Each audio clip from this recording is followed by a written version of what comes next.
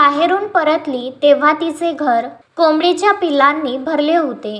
तिच्या घरी कोंबड्या नव्हत्या आणि तिने बाजारातून कोंबड्यांची पिले देखील आणली नव्हती। मग तिच्या घरात कोंबडीची पिल्लं आली कुठून? ही अजब-गजब घटना चीनच्या शानडोंग प्रांतातील किंगदाओ शहरात घडून आली असून जियांग नावाच्या महिलेसोबत ही घटना घडली आहे। चला तर जाणून घेऊया की नेमका प्रकार काय आहे। तर त्याचे झाले असे की जियांग हिने बाजारातून 90 अंडी विकत आणली आणि अंडीचे ट्रे तिने घरात ठेवले। आता अनेक लोक नाश्त्यात आमलेट किंवा उकडलेली अंडी खातात, त्यासाठी ते घाऊक प्रमाणात अंडी खरेदी करून ठेवतात।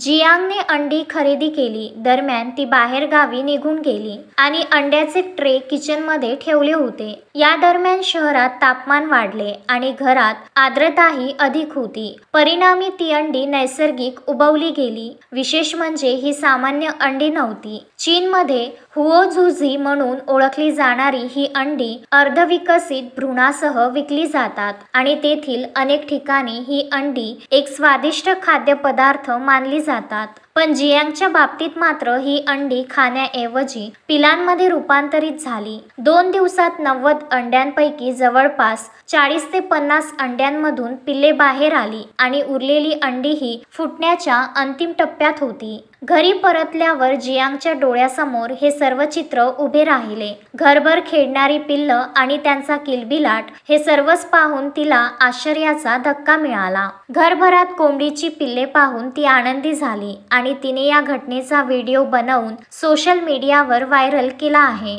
मुख्य म्हणजे या सर्व गोंधळानंतरही जियांगने पिलांची जबाबदारी स्वीकारली। तिने आपल्या मुलाला 2 पिले पाळीव प्राण्यांसाठी दिली आणि उर्वरित पिलांची काळजी घेण्यासाठी ती आपल्या पालकांकडे पाठवली। या अनपेक्षित प्रसंगामुळे जियांगचं घर आनंदाने भरून गेलं आणि तिच्या अंडी विकत घेण्याच्या निर्णयाने एक सुंदर आणि अविस्मरणीय आठवण निर्माण झाली। हा व्हिडिओ लाखो लोकांनी बघितला आणि अनेक लोकांनी त्याला लाईक देखील केले आहे। अनेकांनी त्यावर आपल्या प्रतिक्रिया दिल्या आहेत। ब्युरो रिपोर्ट, चीन।